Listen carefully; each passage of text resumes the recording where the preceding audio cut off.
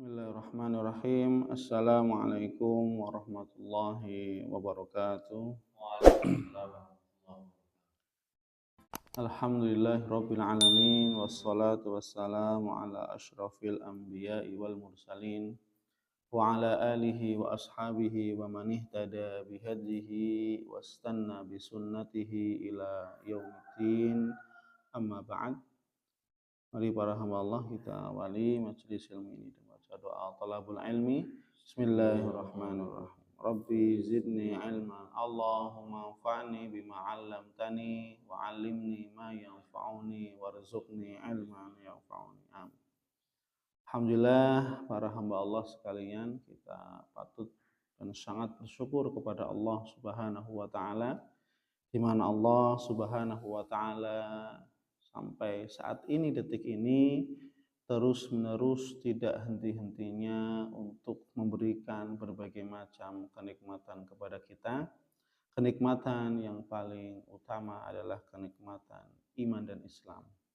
Kenikmatan, kesehatan, dan kesempatan, sehingga dengan kita diberikan kesehatan dan kesempatan, kita mampu untuk meningkatkan nikmat iman dan Islam kita kepada Allah Subhanahu wa taala, dan semoga kita senantiasa diberikan hidayah istiqomah untuk kita bisa mengamalkan Islam secara kafah dan sampai ajal menjemput kita masing-masing. Amin amin ya rabbal alamin. Insyaallah pada pertemuan kali ini, pada Jumat, pada subuh ini, kita akan melanjutkan pembahasan tentang Kitabul Kabair. Kita masih pada dosa besar ya, yang ke-13, yaitu tentang pemimpin yang berkhianat, lagi pemimpin yang zalim. Pembahasannya memang sangat panjang karena memang ini terkait tentang kepemimpinan, maka secara pasti pembahasannya pun melebar dan meluas dan banyak dalil-dalil yang terkait tentang pemimpin-pemimpin yang zalim. Kita melanjutkan dalil berikutnya tentang ancaman bagi para pemimpin-pemimpin yang zalim. Di sini Rasulullah Shallallahu Alaihi Wasallam bersabda dalam hadis yang sahih muttafaqun alaih, inna syarrar ri'a al-hutamah, muttafaqun alaih. Sesungguhnya penguasa yang paling buruk adalah yang zalim lagi sadis. Maka Nabi di sini mengabarkan kepada kita bahwa seburuk-buruknya pemimpin, penguasa adalah yang paling zalim, yang paling sadis. Maka kita berlindung kepada Allah Subhanahu wa taala dari para pemimpin-pemimpin dan penguasa-penguasa yang zalim. Di sini Nabi mengingatkan bahwasanya seburuk-buruknya penguasa atau pemimpin, dia adalah orang yang zalim lagi sadis kepada rakyatnya, kepada orang-orang yang di bawah kepemimpinannya. Kemudian dalam ayat Allah Subhanahu wa taala berfirman dalam Quran surat Al-Qasas ayat 83, Allah membicarakan tentang kehidupan akhirat.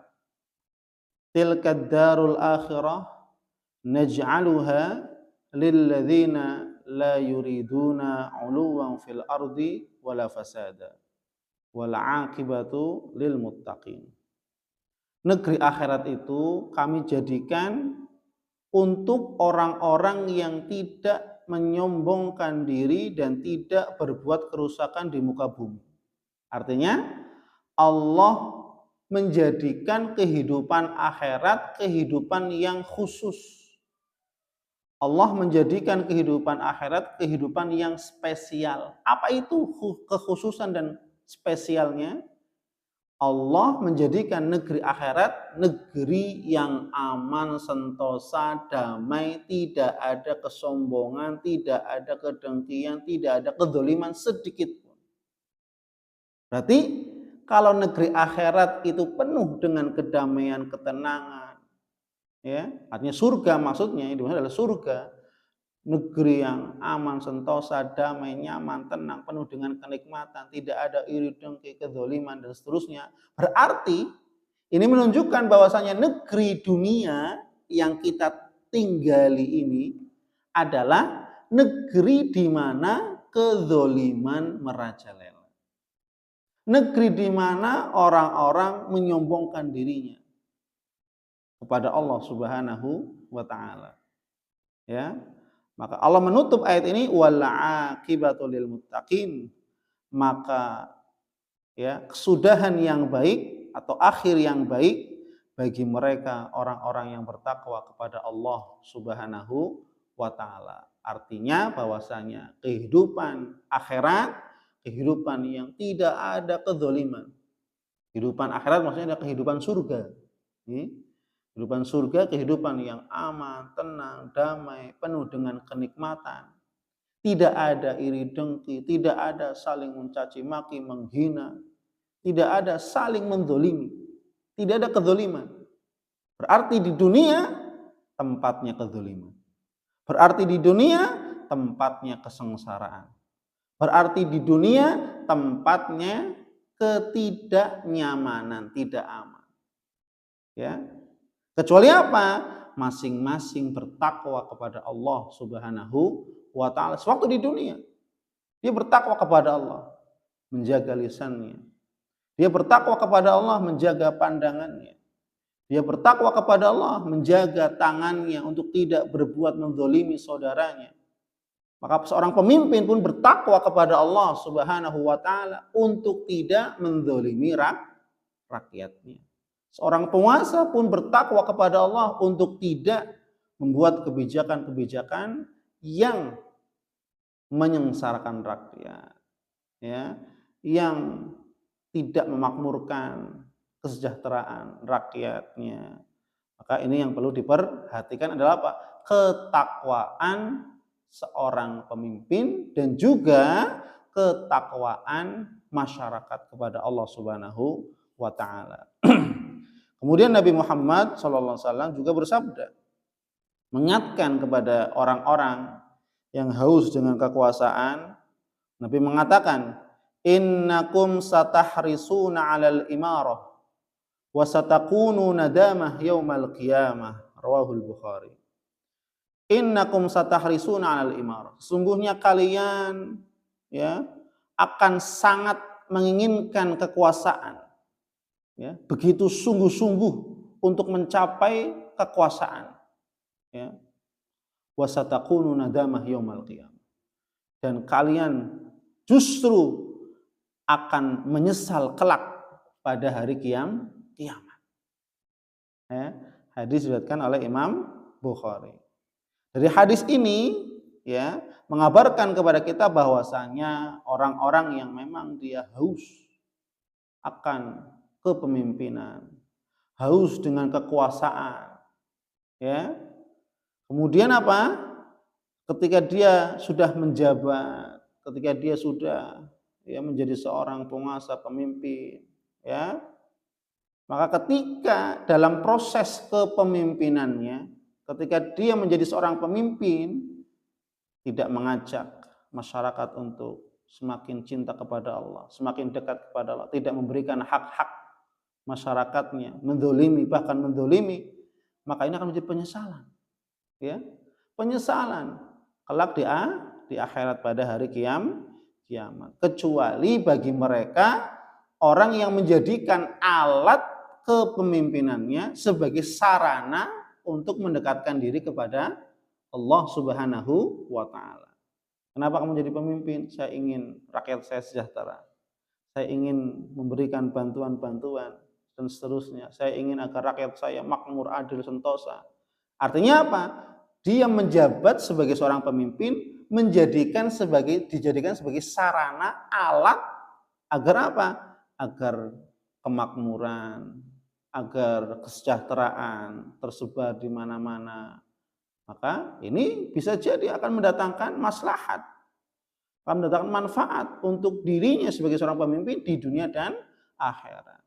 Tapi ketika dia haus kekuasaan, ya, tidak memberikan hak-hak kepada masyarakatnya, memberikan kebijakan-kebijakan yang memojokkan rakyatnya dan seterusnya, orang-orang yang dipimpinnya, maka jelas ini akan mendapatkan penyesalan kelak pada hari kiamat. Namun ketika jabatannya, kepemimpinannya dijadikan sebagai sarana untuk mendekatkan diri kepada Allah, untuk menolong orang, untuk mengajak orang beribadah kepada Allah, ya, segala urusan dipermudah tanpa ribet, misalkan ya, segala urusan apapun itu mudah, ya, urusan kesehatan dipermudah, urusan pendidikan dipermudah, urusan semua dipermudah, maka insya Allah akan dipermudah oleh Allah. Maka di sini ya adanya ancaman bagi orang-orang yang memang haus kekuasaan, yang memang dia ingin berkuasa tujuannya hanya untuk dunia semata. Kemudian di sini Rasulullah SAW juga dalam hadisnya berpesan kepada seorang sahabat yang namanya Ka'ab bin Ujrah. Ya. Rasulullah SAW, Nabi kita yang mulia Muhammad SAW berpesan, ya Ka'ab bin Ujrah, wahai Ka'ab bin Ujrah, a'adzakallah min imaratis sufaha. Semoga Allah melindungimu dari kepemimpinan orang-orang yang bodoh. Ya. Jadi Nabi berpesan kepada sahabat namanya Ka'ab bin Ujrah, a'adzakallah min imaratis sufaha. Semoga Allah melindungimu, ya, dari kepemimpinan orang-orang yang bodoh. Kemudian Nabi mengatakan, umara yakununa ba'di, yaitu akan datang para pemimpin, ya, setelahku, kata Nabi Muhammad. Ya, artinya setelahku ya bukan para sahabat, bukan khulafaur rasyidin, ya. Itu para pemimpin yang akan datang setelahku. Apa, siapa mereka? La yahtaduna bihadi, yang mereka tidak mengambil petunjuk dari petunjukku. Ya. Jadi mereka para pemimpin yang tidak mengambil petunjuk dari petunjuk Nabi Muhammad SAW. Ya. Wala yastannuna bisunnati, yang mereka juga tidak melaksanakan sunnah-sunnah Nabi Muhammad Sallallahu Alaihi Wasallam. Maka ciri-ciri kepemimpinan atau pemimpin yang bodoh itu dua berarti di sini. Apa yang pertama? La yahtaduna bihadi. Orang yang memimpin tidak menggunakan petunjuk Nabi Muhammad Sallallahu Alaihi Wasallam. Apa itu petunjuknya? Yaitu Al-Quran dan Sunnah. Ya. Kemudian yang kedua, wala yastannuna bisunnati. Orang pemimpin yang tidak mencintai sunnah, tidak mengamalkan sunnah-sunnah Nabi Muhammad Sallallahu Alaihi Wasallam. Ya sunnah-sunnah, mulai dari sunnah bangun tidur, mau tidur, sunnah sholatnya, sunnah puasanya, sunnah etika berbicara, sunnah ketika ngobrol dan seterusnya. Ini termasuk terkait sunnah. Maka orang-orang yang imaratus sufaha tandanya dua. Kepemimpinan yang bodoh adalah pemimpin yang tidak mau mengambil petunjuk dari Al-Quran dan Sunnah. Ya, artinya apa? Fokus hanya terkait dunia. Tidak mengajak umat rakyat untuk beribadah kepada Allah. Wala yahtaduna bihadi, tidak mengambil petunjuk dari petunjukku, kata Nabi Muhammad. Apa petunjuk Nabi? Otomatis Al-Quran dan Sunnah. Wahyu Allah Subhanahu wa Ta'ala. Dan yang kedua, mereka para pemimpin yang tidak mengamalkan sunnah-sunnah Rasulullah Sallallahu Alaihi Wasallam. Jika dua hal ini terpenuhi, maka dia termasuk pemimpin yang bodoh. Kemudian Imam Az-Zahabi rahimahullah menutup dari dosa besar yang ke-13 ini, yaitu tentang pemimpin yang zalim. Ya, kita diingatkan, wahai para pemimpin, ya, engkau itu sebagai seorang pemimpin seharusnya mengayomi rakyat, memberikan rasa aman, nyaman, damai, ketenangan kepada rakyat dan masyarakat, bukan malah sebaliknya. maka takutlah dengan doa orang-orang yang terzolimi. Maka di sini Imam Az-Zahabi rahimahullah menutup bagi dosa-dosa besar yang ke-13 ini, yaitu pemimpin yang zalim. Takutlah engkau wahai para pemimpin dari doa-doa rakyat yang terzolimi oleh engkau. Karena kebijaksanaan, karena keputusanmu, atau karena apapun, sehingga apa? Keputusanmu menzolimi rakyat. Maka ini dosanya sangat luar biasa, dan doanya orang yang terzolimi tidak ada hijab antara Allah dengan dia. Maka Rasulullah SAW berpesan, "Thalathu da'awat mustajabat, la syakka fihinna." Perhatikan, ya. Ada 3 doa yang dikabulkan oleh Allah Subhanahu wa taala. La syakka fihinna. Sampai Nabi mengatakan la syakka fihinna, tidak diragukan lagi, doanya pasti dikabulkan. Loh, coba bayangkan, ya. Yang pertama adalah da'watul mazlum. Doa orang-orang yang terzolimi. Hati-hati ketika para pemimpin apapun itu, institusi, lembaga pendidikan, pemimpin ya, daerah, wali kota, sampai bahkan yang tertinggi, ketika menzolimi orang-orang yang di bawahnya, ketika yang di bawah ini terzolimi, berdoa, bermunajat kepada Allah Subhanahu wa taala, arsy bergetar. Maka hati-hati, ya, doa orang yang terzolimi ini dikabulkan oleh Allah. La syakka fih, tidak diragukan lagi. Nabi mengatakan demikian. Wa da'watul musafir, dan doa orang yang musafir. Ini juga dikabulkan oleh Allah Subhanahu wa taala. Wa da'watul walid ala walidihi, dan doa orang tua kepada anaknya. Nah, jadi ada 3 doa yang dikabulkan oleh Allah dan jangan sampai ragu. Nabi berpesan. Yang pertama, doa orang-orang yang terzalimi. Yang kedua, doa orang yang musafir sedang dalam perjalanan. Maka bagi para musafir, sibukkan dengan berdoa kepada Allah. Bukan dengan gadgetnya, bukan dengan apapun yang menyibukkan dirinya. Tapi apa? Ketika dia di atas perjalanan, di atas pesawat, di atas bis, di atas mobil, dan seterusnya, kereta, sedang safar, banyak berdoa kepada Allah. Mendoakan kebaikan dunia akhirat untuk keluarga, untuk negara, untuk pemimpin, dan seterusnya. Kemudian yang ketiga, da'watul walid ala walidihi, yaitu doa orang tua, ibu ataupun bapak kepada anaknya diijabah oleh Allah Subhanahu wa taala. Maka bagi para orang tua selayaknya senantiasa mendoakan kebaikan dunia akhirat untuk anak-anak dan cucu-cucunya. Wallahu a'lam bishawab. Semoga bermanfaat. Insyaallah kita lanjut pada dosa besar yang ke-14 insyaallah. Barakallahu fikum. Subhanakallahumma wabihamdik asyhadu an la ilaha illa anta astaghfiruka wa atubu ilaik. Assalamualaikum warahmatullahi wabarakatuh.